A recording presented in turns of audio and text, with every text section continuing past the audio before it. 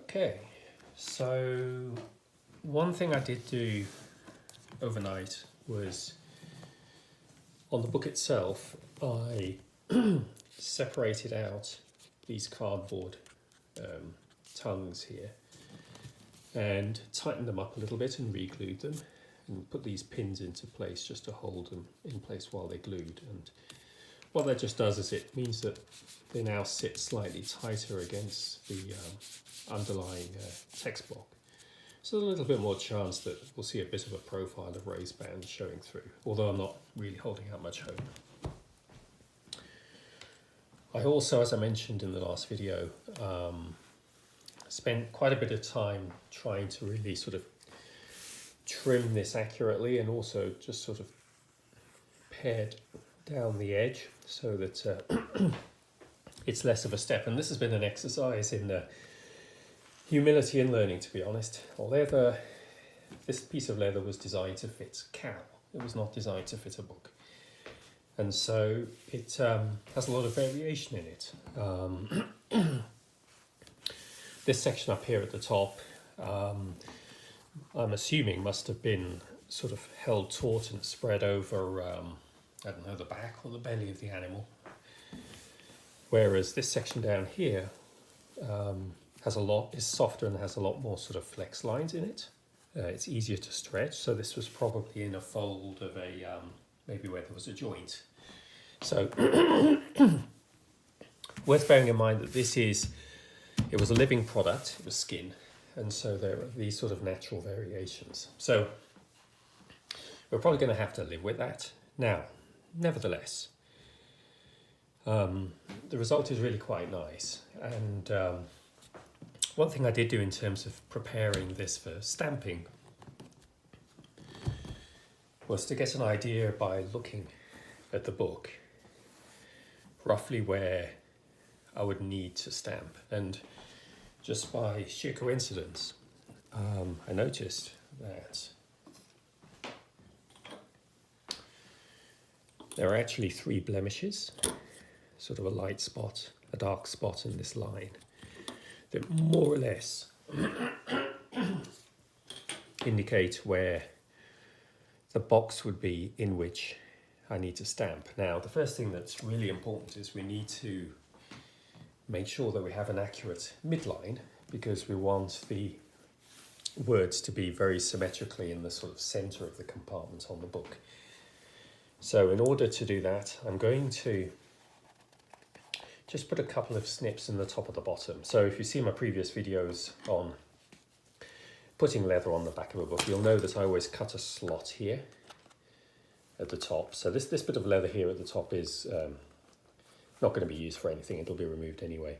So what I'm just going to do is cut a snip here, and it's just for line of sight, no other reason. I'm going to do exactly the same at the bottom here. And that way I know that I've got a good, there we go. I know that I've got a good midline just by having a ruler sort of connect the top and the bottom. So that means I can really, there we go.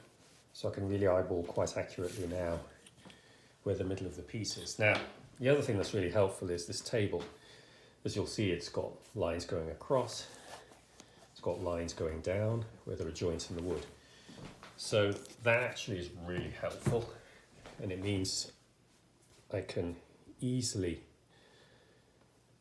orient myself to know that I'm not only straight, but I'm level. So where do we need to stamp? So you'll recall I placed dots on this ruler for where the individual letters are going to be, with each letter being 3/16 of an inch apart, with the exception of the letter I, which only needs 1/8 of an inch. So we have the word church. Also, this works for the word Thomas and Fuller. This is the word history, and this is the word Britain. So we're able to basically, and this little bit of card here is just to show where my box is that I'm going to work in. Basically, I'm going to have the word church history there, 2 letters of the word of, and then at the bottom here I'm going to have Great Britain. So that's the plan. So I'm now going to do the stamping, and as I mentioned earlier, we do have the plan B, which is we've got these labels that we've separately fashioned. So if I do make a mistake and something goes wrong here, actually stamping this leather, plan B will be to sort of tidy this up, and this will become a label over the top. Hopefully we won't need to use these, but they're certainly useful just to have as an extra guide as well, like so. All right, so I'm going to do the stamping now, and hopefully we'll have a reasonably good result to look at shortly.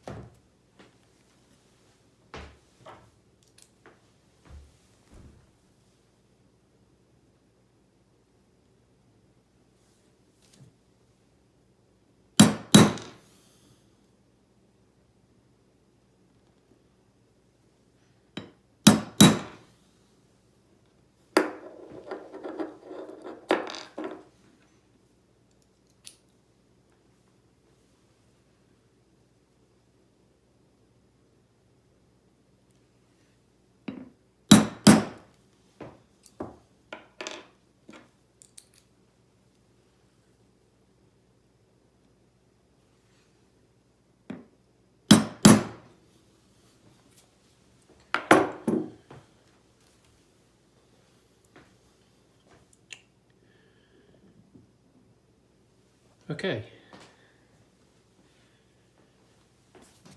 that, I think,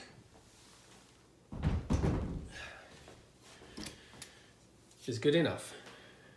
There will be a little bit of give in the leather if I find that anything is slightly off, but just eyeballing that, I think we've gotten to a good place.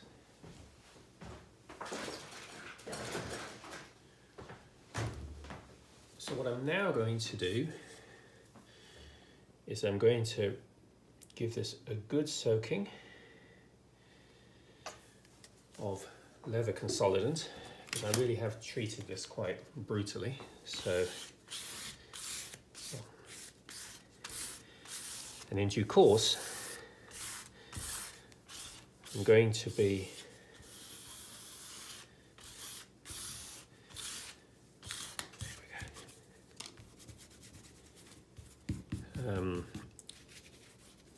putting glue and nitsugi onto it. So I'm going to just let this soak in. It's mostly rubbing alcohol with a little bit of polymer in it. Also it helps because underneath this leather is going to be soaked with the glue to actually adhere it to the cardboard form on the book. And I don't want the glue coming through and darkening the leather. So this is just a precaution for now. I'll just put a little cloth here.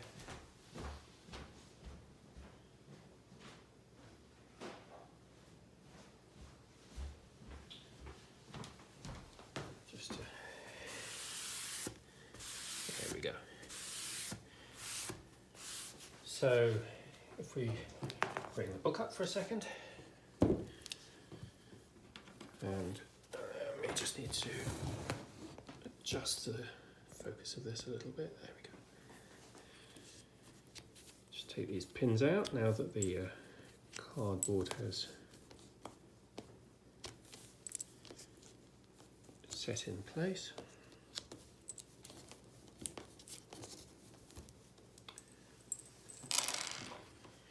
Basically, we're going to be looking at,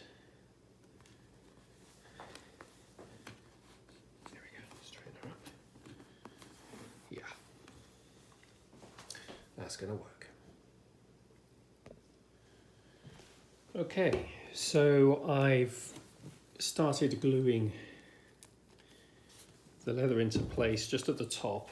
I've secured it. The method I use I've shared in videos before. Probably a good one to look at would be the 1586 Renaissance book restoration I did, that has me sort of going through it. You'll see so I'm going to skip a step or two here. You see we've got the imprint there, Church History of Great Britain. Down here we've got the name Thomas Fuller, and so we'll gilt that with the Itsugi kit shortly. But first we need to do the gluing. So this is just going to involve copious amounts of glue. It's just going to be really slathered on. But again, remember the rule, which is no glue on the underlying fabric. The glue goes on the cardboard form, and that way the leather will flex with the cardboard when you open the book.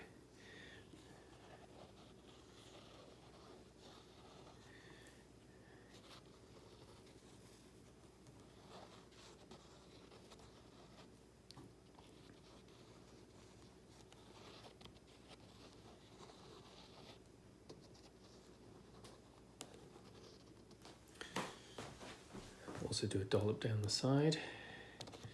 Now, I have treated this book with leather consolidant, so I'm not overly worried if glue gets onto the board itself, but it's still something I want to try and avoid. So, got a bit running down here. I'm going to give that a good wipe as well, just to make sure that. There we go. Okay, let's bring the leather back.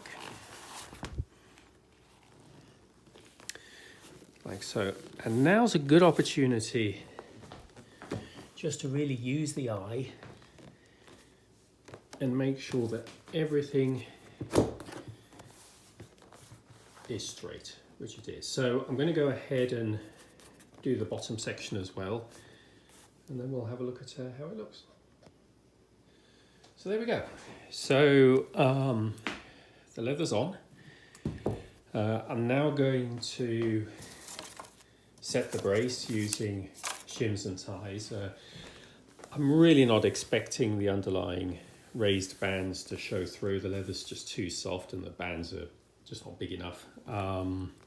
So really this brace is more about just making sure that the glue really sets the leather to the cardboard very firmly, so that it remains as a single uniform sort of look when I open the book, and there is no sort of folding of the leather here. That's really the purpose of it, as well as trying to make sure that I'm able just to make sure that this is as straight as it absolutely can be, given obviously that leather's a natural product and it will change when you put forces on it or add any kind of fluid to it, which we have done. So that's what I'm going to do next, and then we'll let the book rest and the glue set. And then we'll have a think about gilting the stamping that we've done and tidying up the end papers inside. And then that'll be a wrap.